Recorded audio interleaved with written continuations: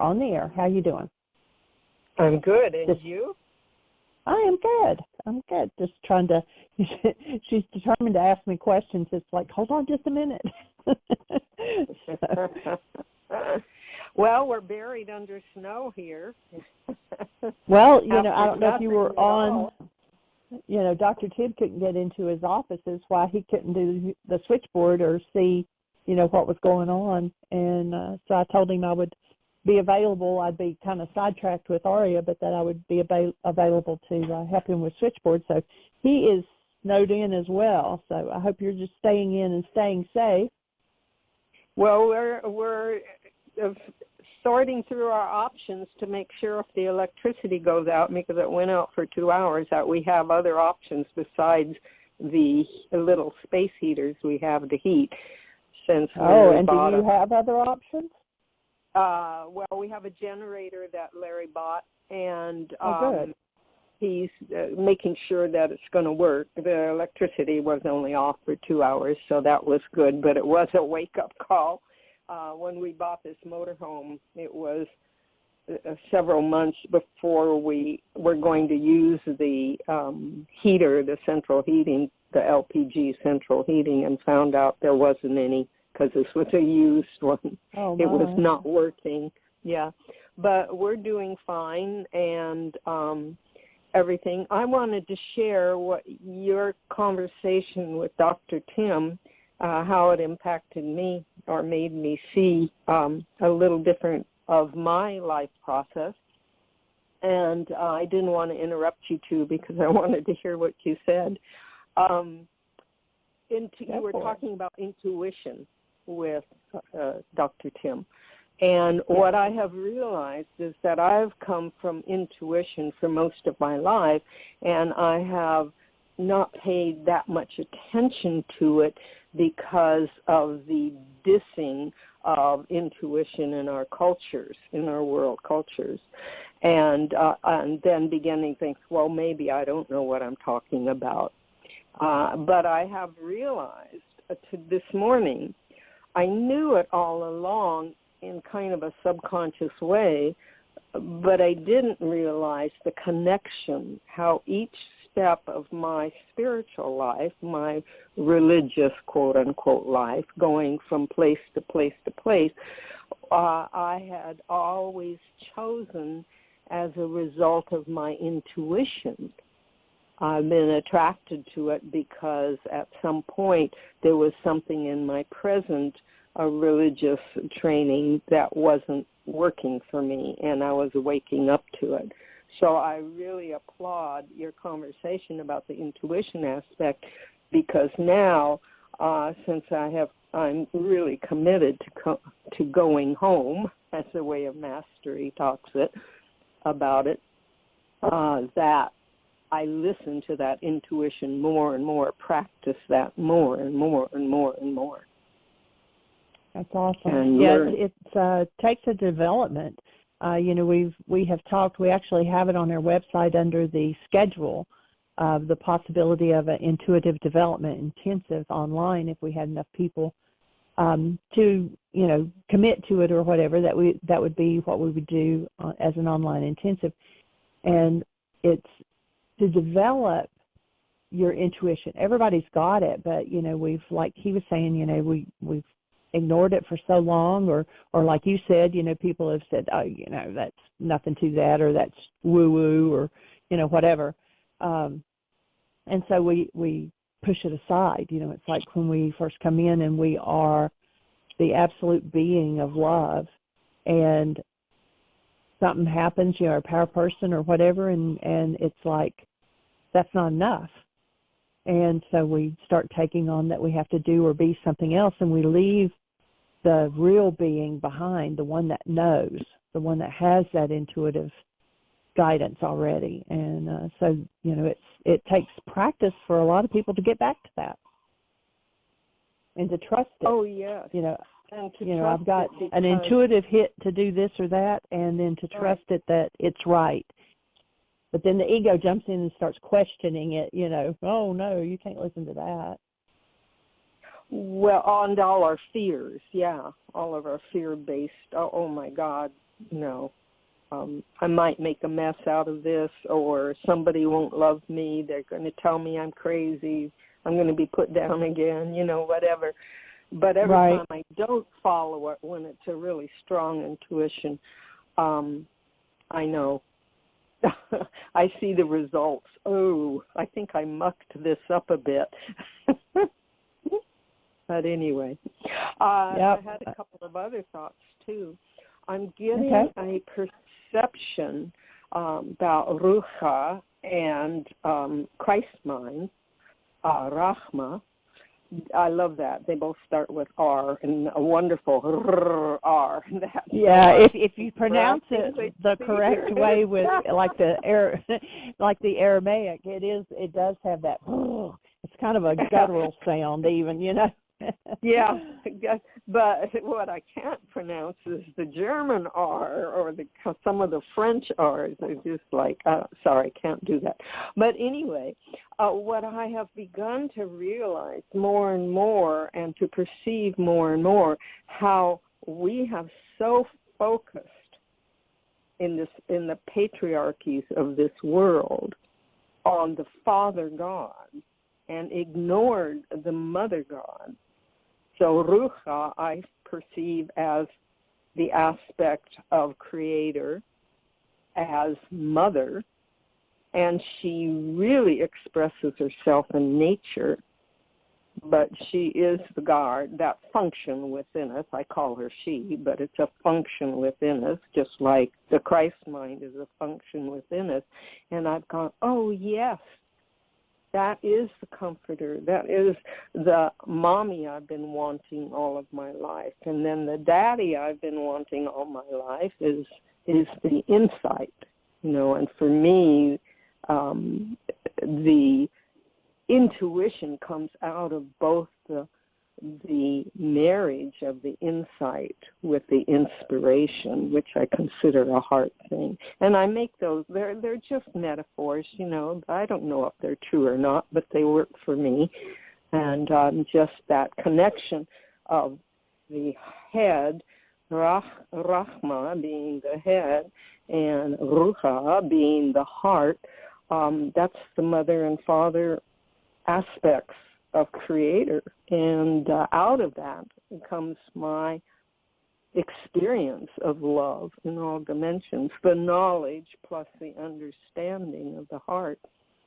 I think of the understanding as the ground of myself, my grounding, and I'm just sharing all of this with you because it's your standing, your understanding. The all-man of life.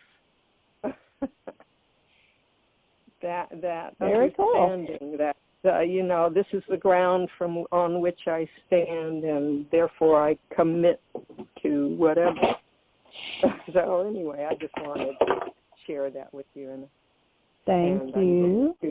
And I hope you all stay warm. I hope that your electricity stays on, your little heater stays working, but I hope if something happens that your generator picks up and you all just stay safe. Yeah, we will, because we are safe. What was Dr. Tim just reading?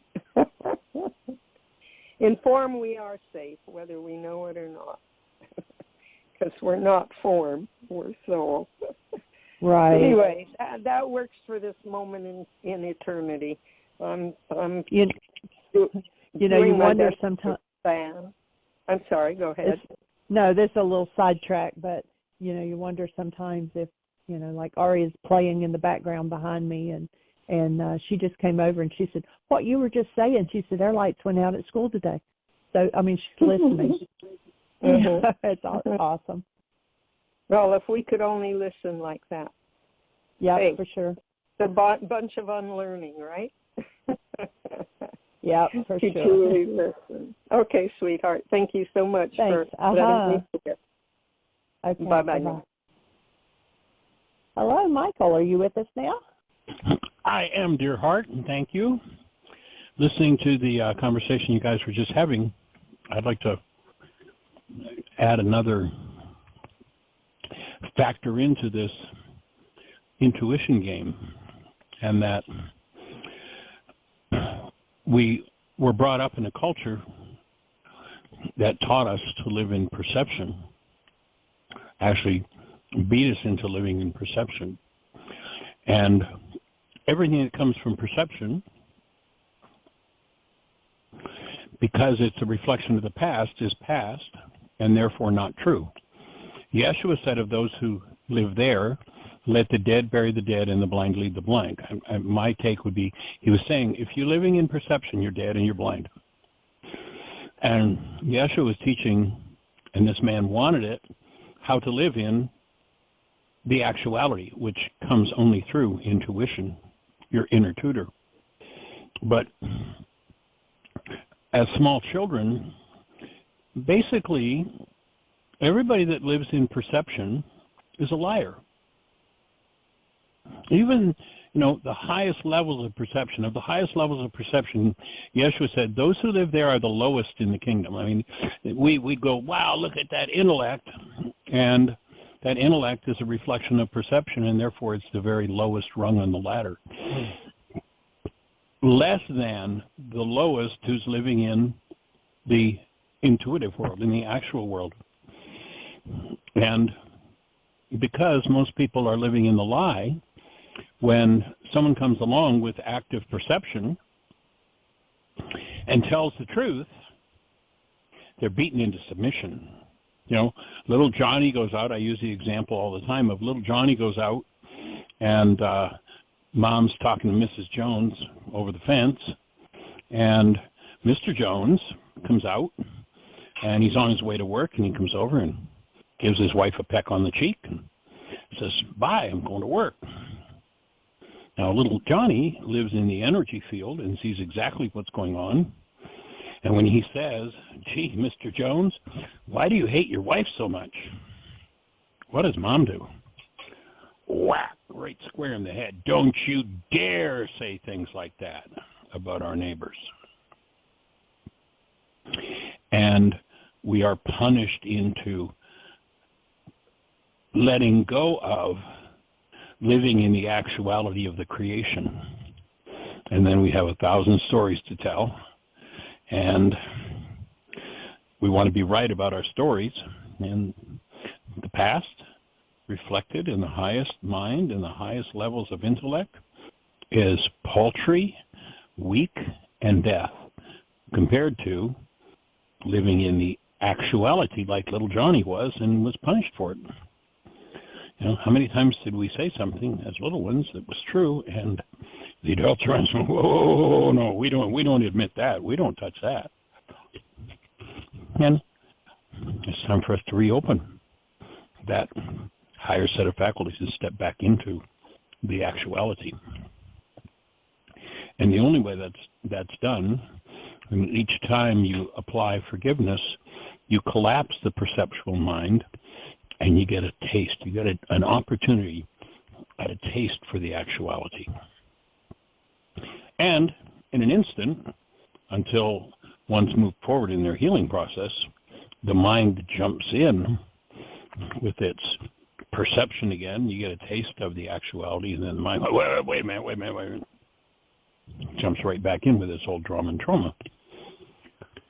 And so a combination of the forgiveness process, and another thing is that I've discovered as I've watched with people over the years, they'll tell me about how their intuition told them that, until the first roadblock comes up, and they'll go, oh, well, now my intuition's changed. It's like, no, guidance from actuality doesn't change.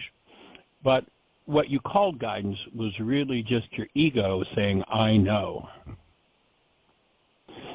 And remember how you told me how committed you were and how you were this and you were that, and now that the first roadblocks come up, you're running the other way? Intuition does not work where one has unresolved trauma energies. Intuition is blocked by those trauma energies because that still small voice of intuition will be subdued, covered over, obliterated by the voice of the drama and trauma mind. And so it does take some practice, as you say. You need to get into the actual intuitive state and really be able to listen to that and follow its guidance, even when the ego mind, even when the perceptual mind says, no, no, no, no, no. So just another piece of the puzzle for me in that regard, and what it is that we need to work through in order to clean it up. So here we are with the tools working toward cleaning it up, and we're glad that you're here to do it with us. And if you're out there in listener land, our calling number is 563-999-3581. If you have a thought for us, question, if we can support you, push one. Let's have a conversation.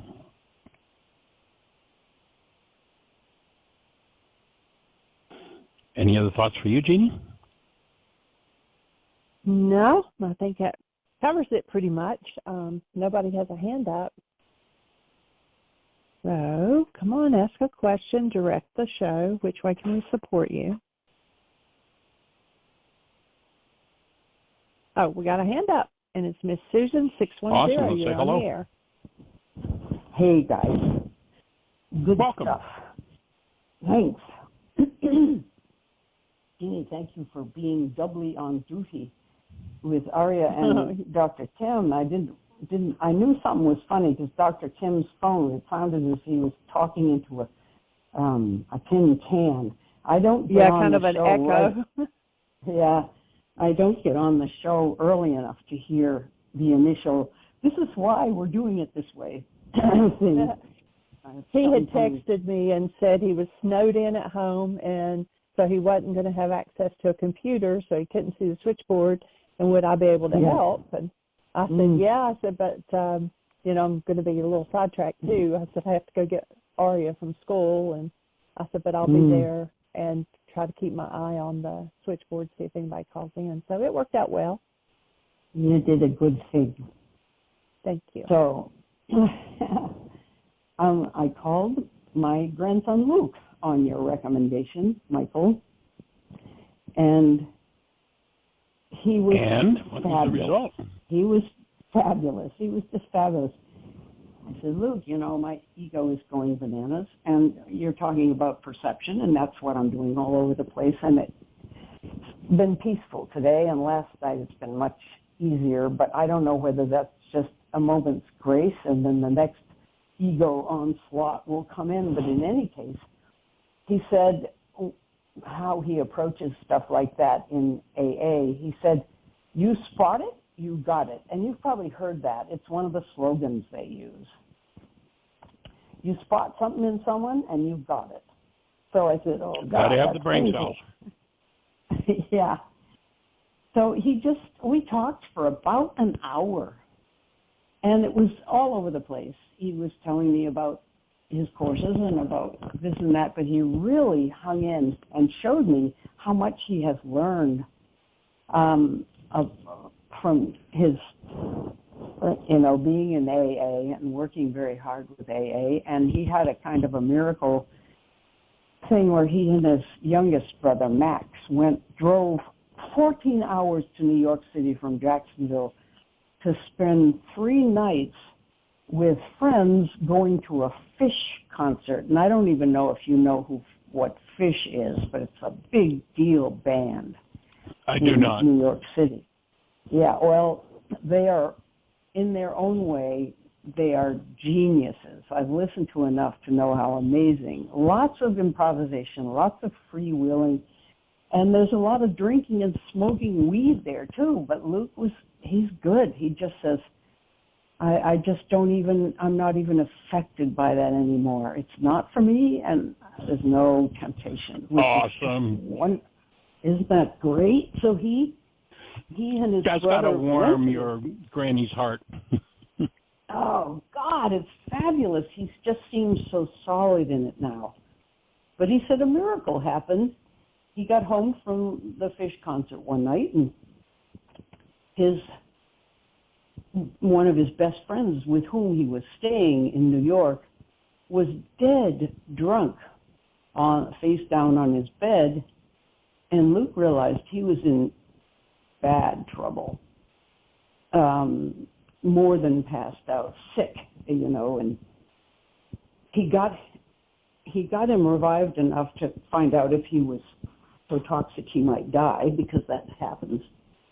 First, and they were up most of the night, 8 a.m., he gets his friend up, who is now coherent but terribly hungover, takes him to his first AA meeting. And the guy went, and he got right on the wagon. Now, we'll see later whether he realized right then that he's an alcoholic and he is in bad trouble. And so Luke said, I went up there because God took me up there. Luke was just so flying so high, thinking, I helped my friend. So that was wonderful to hear about, too. I just wanted to tell you, thanks for the suggestion. It would never have occurred to me to talk to him. But he reported to his mother what a good talk it was, and it's like we know each other in a different way now. I'm no longer the oracle. That's so awesome, and it's so delightful to hear that about him with all that you went through, man. It's got to feel good to have been the hem of the garment that supported him being able to move there. Yeah, he has told us all about how long it took him even after the intervention.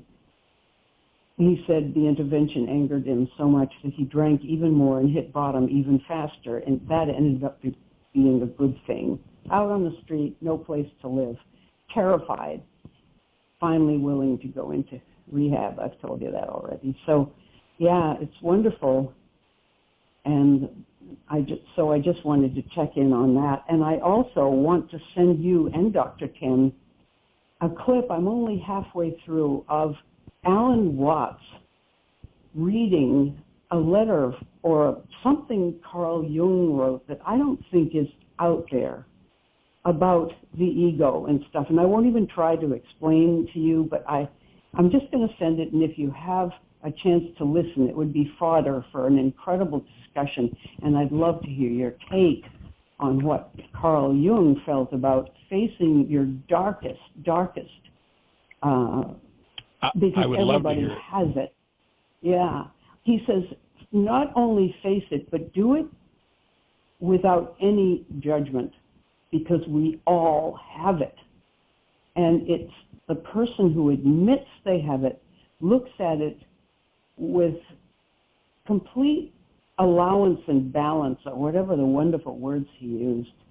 And that was I stumbled on this. This is another grace thing. And you stumble upon these things that help so much to know what to do with your own whatever it is. And with me, it's just it's my Fenelon moments again, looking at the dark stuff, looking at it, feeling overwhelmed as if I can't get to the bottom of it. It's always going to be there. That isn't even true.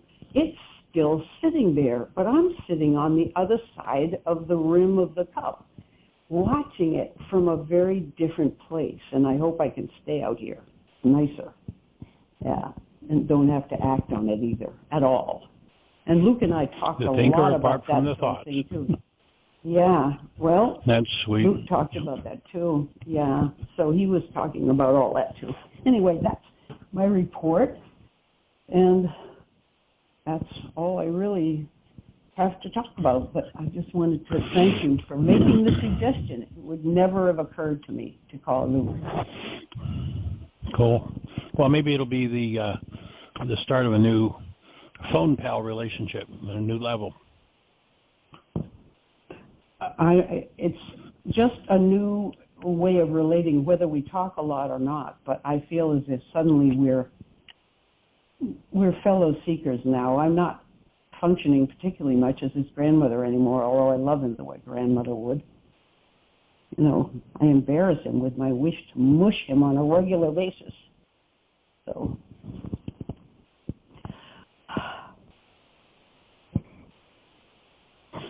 very sweet. Very sweet. That's awesome. And I would love to hear that piece from Carl Jung. And I was talking to someone this morning and repeating the quote from Jung. I'm going to repeat it the way Jung speaks of it, and I'm going to repeat it in the language of this culture. But those who look without sleep, those who look within awaken. Those who live in perception pictures painted on the inside of their eyeballs that think they're out there, looking out there, are asleep. They're literally living in a dream from the past. The mind simply replicates out of its content whatever's resonated by what's happening in the actuality, and people don't even know they're in a dream. And that's like the whole world, pretty much. I mean, all of us, until we start to awaken. Then the genius for him to say, and those who look within awaken, it's just like, it's all right there in one sentence. Wow. So I'll look forward to what else he has to say. Okay, I'm sending it now, and I'm sending it to your email address, and I know you need warning when I do that. I just got it up that way, and I think that's what's happening. I'm sending it to Dr. Okay, Kim. well, I'll know it's there. Okay. Sweet. All right. And anybody who's listening, if you run across things that impact you, that assist you on this journey, that come from some other source, we'd love to know about it, because we recognize that there are many, many people on the path that, and so many pieces of information that so many people have can support all of us. So that's awesome. Yeah.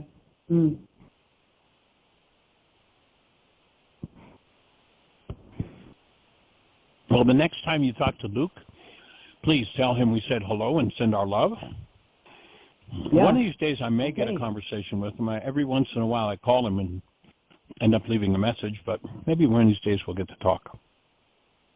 Yeah, he hasn't gotten you in his groove yet, but he's very grateful to you. Your wake-up sheet lifted him out of the worst depression.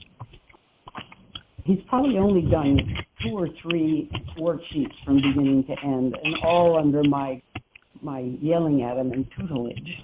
He doesn't do them on his own, but they helped so much. He's extremely bright. He's got a grant here, and he's got a wonderful writing professor who's working with him, who loves him and is getting him to write tons of stuff and teaching guitar, and he's just hooking.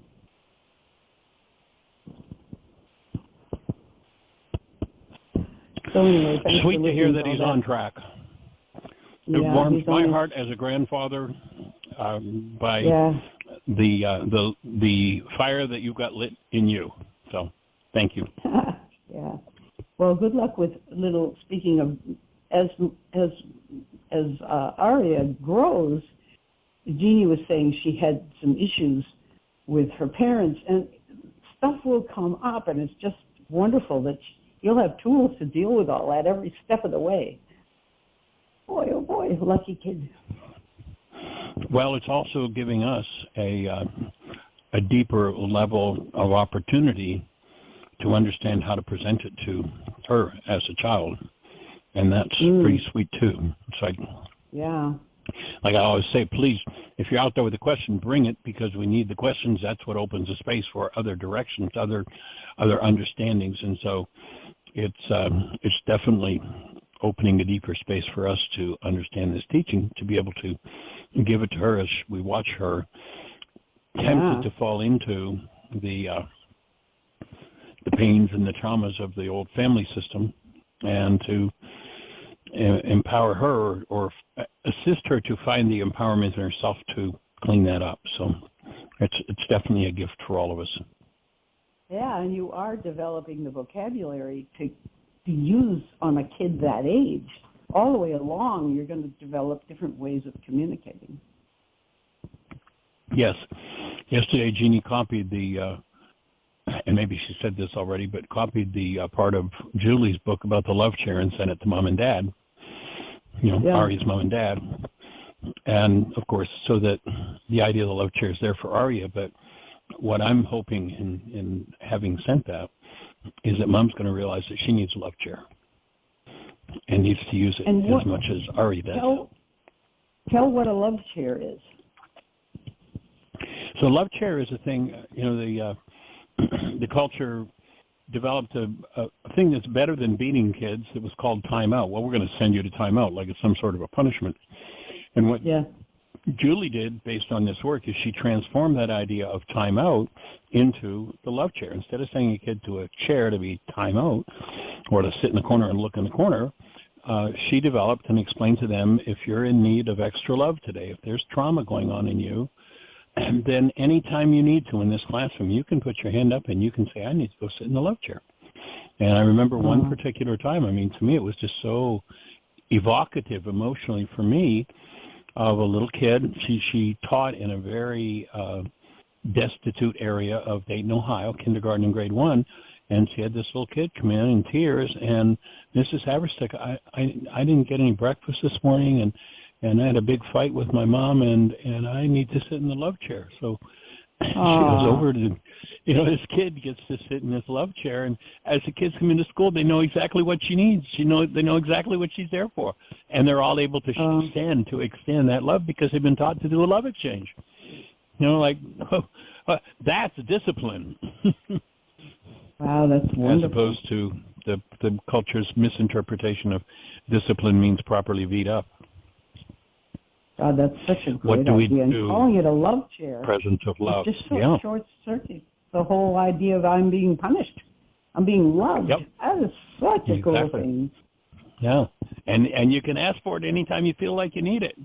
So instead of out of fear and pain and abuse, having to lash back out, it's like, I need love. Hey, world, can you support me? That's wonderful. Monumental. Monumental. Fantastic. Yes. And certainly from time to time, we all need the love chair. Yeah. And thank you, Julie. Thank you, Julie, for making that leap, Julie Haverstick, in your book, Healing Children, Loving Children. Pretty sweet. Well, any other thoughts for you today, young lady? No, not really. Brain is quite dormant, which is a lovely thing. All right. Well, you have a blessed day. All right. Thanks. Take care. Yep. Appreciate that that interaction and getting that feedback with Luke. That's pretty awesome. Thanks. All right. Well, Miss Jeannie, any other thoughts for you or anybody in the phone queue with a hand up? Our calling number, by the way, if you're on one of the stations where we can't see you, is 563-999-3581. If you dial that number, you're listening to the show directly rather than through a station of some kind. And then if you have a question or thought for us, all you do is push 1, and we will be having a conversation. So how can we support you? What's on your mind? By the way, if you're out there in listener land, we'd appreciate it if this is benefiting you, that you pass it on to somebody else. Pay it forward. Invite somebody else to come play. Drop Jeannie a note, JEANIE @WHYagain.org. And she'll send you a link to the latest Why Is This Happening to Me Again workshop. Pass it on, spread it around. Invite people to the radio show to ask for support. And that's what we're here to do, is to offer that support. So I'm going to read the page on the love chair. And that way Katari is listening too. So Julie says, this is a regular chair in your home or class. I sewed a chair cover and printed love upon it, and it was attractively decorated with glitter paint and cute stuff, and it was fun looking. It was a traditional timeout chair changed to a teaching tool. I taught the children about making choices once again. When we follow the school or home rules, we're on target. When we do not follow the school or home rules, we are off target. If we choose not to follow the rules, we might need to sit in the love chair in order to get some extra love and rethink the rules, or to calm down and choose again to follow the rules. I told the children this love chair was for them.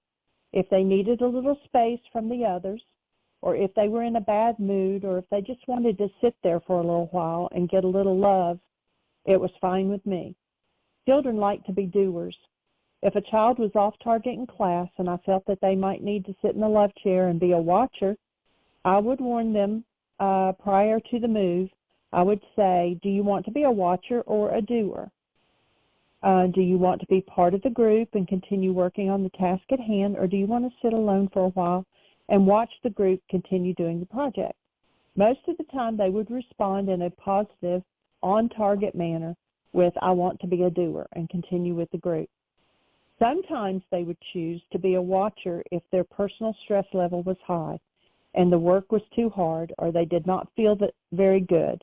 If they decided to be a doer, I once again stated the rule I felt they were neglecting, and I made sure that they were clear on what was expected of them. Most children would go to the chair willingly if it's used as a self-correcting supportive measure. If they felt it was punishment or if they had to stay there too long, it would lose its effectiveness as a teaching tool. Some children would not cooperate. However, most of the time it was effective. I want to share a little story with you so that you will realize that the children will use the chair as they need it. One morning, Crystal came in. She didn't seem to be quite herself. Crystal's eyes were red as if maybe she had been crying. She hung up her coat and she immediately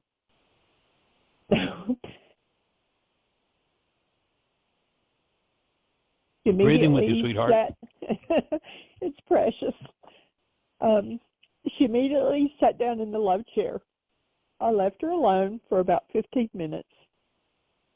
Then I went over to talk to her, and she told me that she wasn't in a very good mood. She said she and her mother had gotten into a fight, and she wasn't feeling very loving.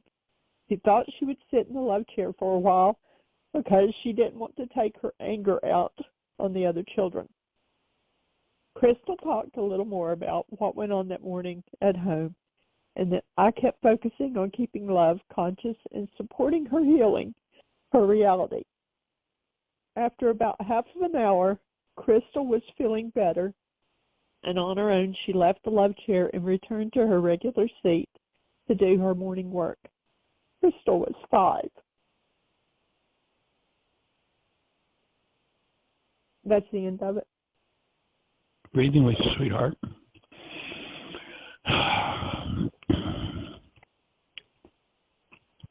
It's so easy for the traumas, unresolved traumas of one generation to be passed on to the next when people have no tools. It's sad, it's crazy. Go ahead, sweetie. What was the, somebody was telling us the other day about a bench out on the playground, and if the other kids saw a child sitting on the bench, that they knew that the child needed somebody to play with. So it's kind of along the same line. Yeah. Suzanne Tucker in St. Louis was sharing that in the school system there, at least in some of the schools, they now have in the playground a friendship bench. And if a child's feeling lonely, left out, that they can go sit on the friendship bench and somebody will recognize that it's a request. It's like, where's this been all our lives? It's so crazy what this punitive, fear-based, and sadly in many cases churchianity has done. Spare the rod, spoil the child, and use the rod like a stick to beat somebody when the rod was simply a support mechanism for getting somewhere, for accomplishing something. It wasn't something to beat a little kid with. There is no child that has ever deserved any form of punishment. Every child deserves at every instant of their lives, every person deserves at every instant of their lives to have the presence of conscious, active love. And from that space, can we hold people accountable for their behavior? If it's soft target, yes. You know, one of the things I learned way back early in the work with the Aramaic from Judge Asadi Kelly was, here's a man who put on his tenure on the bench thousands of people in prison, never punished one of them, never one thought of punishment toward them. He would explain to the criminal offender, the community has taken up a collection, and they built a building with bars around it, and they asked me to decide who's safe in the community and who's not. And I take care of my community, and you're not safe, so I'm going to sentence you to prison. Now, if you would like to do something about it, I will also give you the option of doing laws of living and healing yourself. So to the most heinous offenders, I mean, this is a judge in the little town of Albany, Georgia, which is kind of like been described by some people as a part of Georgia lower than the armpit of Georgia. And some pretty heavy-duty, backwoods kind of stuff went on there. And he'd offer love. He had the equivalent of the love chair in his courtroom 4 decades ago. So it's a shift that needs to happen, and fortunately is happening throughout the whole culture. And we're here to make these tools available. Whether people have money or not is irrelevant. Make these tools available. In fact, the people who don't have the money are the ones who most desperately need it, because their trauma is what keeps them in poverty. And so our objective is to provide those tools, ultimately, to every mind, heart, and being on the planet. And we're glad that your listening ears are here to be part of extending that energy. Even if you're just hearing it and the vibration goes through your brain, you're anchoring it into the world. So that's part and parcel of how we're going to ultimately achieve critical mass. Now, the physicist Yeshua 2,000 years ago said, little leavening leavens the whole loaf. He wasn't talking about bread. He was talking about critical mass in physics. If you're doing a chemistry experiment in the lab and you have 4 ounces of a substance and you start dropping 1 drop at a time of another substance into that original substance, it remains as it is until critical mass is reached. And then when that 1 extra drop is dropped in, the whole substance is transformed. I personally am working for the day when we hit critical mass with humanity and have a morning where everybody in the world wakes up knowing who they are as love, and that the presence, the energy of love is powerful enough that they can just blow off all the drama, the trauma, the generational pain, the generational hurt and rage. And I thank each of you for being an early adopter that started to do this work to bring the energy up on the planet. And we hit critical mass. There's going to be a transformation like the world's never seen. And I think we're getting close. If I look at the exacerbation of insanity, the healing crisis, it's coming out in the wash, we got to be getting close. And so the number of incredibly wonderful, powerful things that are happening in the world, the number of places that a higher level of understanding is coming through than the old hostility and fear game. It's growing exponentially. So we're glad that you're a part of it. And if you're out there in listener land, we've got about 12 minutes left. Our call-in number is 563-999-3581. Dial that number. We're having a conversation. Let's talk. How can we support you? What's on your mind?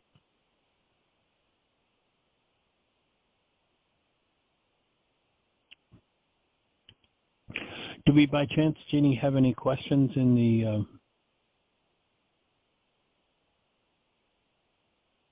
the chat room, or any questions from the app that people have been asking? No, but I did get an email from someone from the book club from yesterday, and you had mentioned, cool. The Podbean, and so I sent her the link to that, and that wasn't really a question, just wanting to be up. I think she's in another country, and so that was going to make it easier to call in. Right. As you say that, I realized that late last night, Yinka sent me the link. So I'm looking it up as we speak, and I'm copying it, and I'm going to email it to you, so that if you'd like, you could put it in the notes for today. And well, I have to transfer it to get it to our YouTube. I've got to do a little manipulating there first, but. Oh, okay. So we've got 11 minutes. Take us in the direction.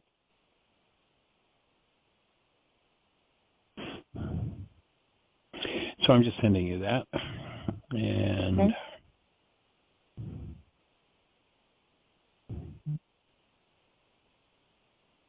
Oh, Susan said she put her hand up again. So I thought I saw it flicker, okay. but I wasn't sure. So, hey, Susan.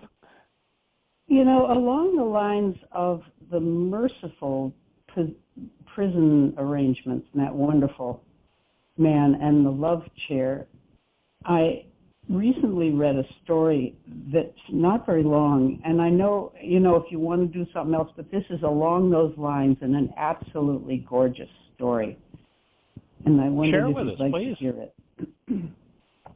An old man meets a young man who asks, "Do you remember me?" And the old man says no.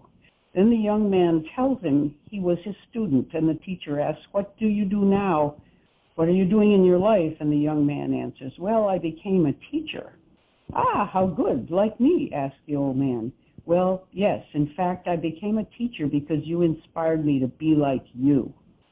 The old man was curious and asked the young man at what time he decided to become a teacher, and the young man tells him the following story. "One day a friend of mine, also a student, came in with a nice new watch, and I decided I wanted it. I stole it. I took it out of his pocket. Shortly after, my friend noticed his watch was missing and immediately complained to our teacher, you. Then you addressed the class saying, 'This student's watch was stolen during classes today. Whoever stole it, please return it.' Well, I didn't give it back because I didn't want to. You closed the door and told us all to stand up and form a circle. You were going to search our pockets one by one till the watch was found. However, you told us to close our eyes because you would only look for his watch if we all had our eyes closed. We did as instructed. You went from pocket to pocket, and when you went through my pocket, you found the watch and took it. You kept searching everyone's pockets, and when we were done, you said, 'Open your eyes, we have the watch.' You didn't tell on me, and never mentioned the episode. You never said who stole the watch either. That day you saved my dignity forever. It was the most shameful day of my life. But this is also the day I decided not to become a thief, a bad person. You never said anything, nor did you even scold me or take me aside to give me a moral lesson. I received your message clearly. Thanks to you, I understood what a real educator needs to do. Do you remember this episode, Professor?" The old man answered, "Yes, I remember the situation with the stolen watch, which I was looking for in everyone's pocket. I didn't remember you because I also closed my eyes while looking."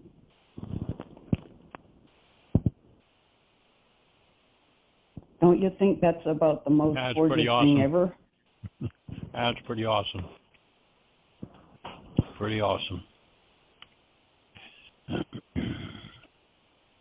Definitely wake up time. Definitely wake up time. Very cool. Actually, I'm looking right now for a note. I've been prepping for the beginning of working with the Enlightenment book next week. And you just brought to mind a quote from Job, which literally, sadly, from the scriptures, the way the Greeks translate it, and it's just part of the whole Greek degradation of the ancient scriptures. Job 12:6, in most translations, the translations that come out of the Greek, quote or say that Job 12:6 says this: "The tabernacles of robbers prosper, and they that provoke God are secure, and in whose hand God bring abundantly." Whoa. So here's somebody who wants us to believe that the scriptures say that God's helping prosper the robbers, and it's God that's bringing them abundance.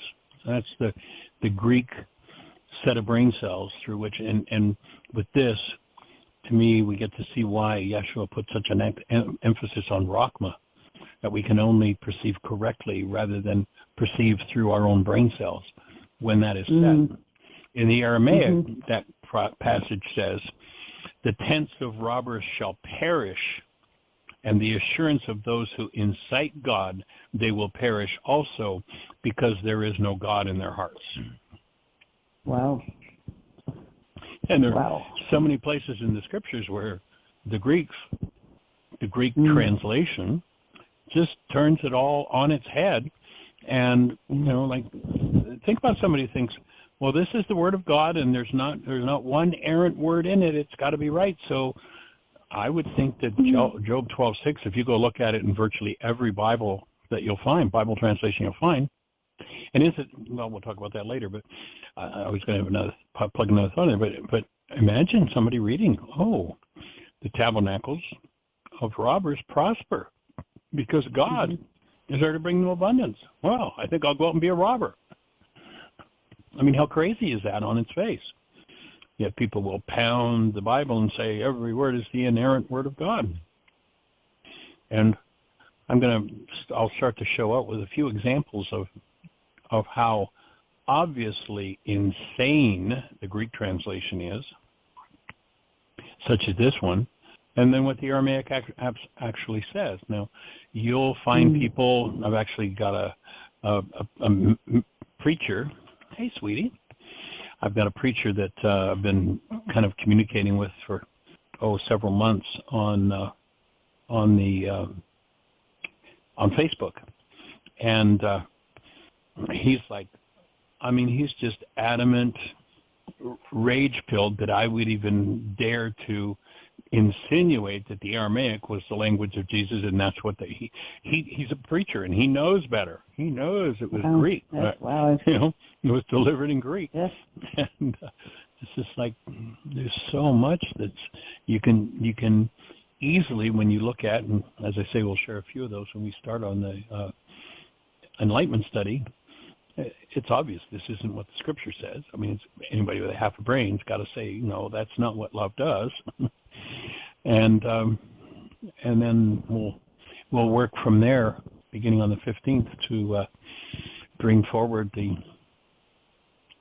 Aramaic meanings and just an overall picture of the Aramaic to support each person in moving in the direction of truth and how the world actually works. Wow. Hey, guess what, Michael? You reminded me of something.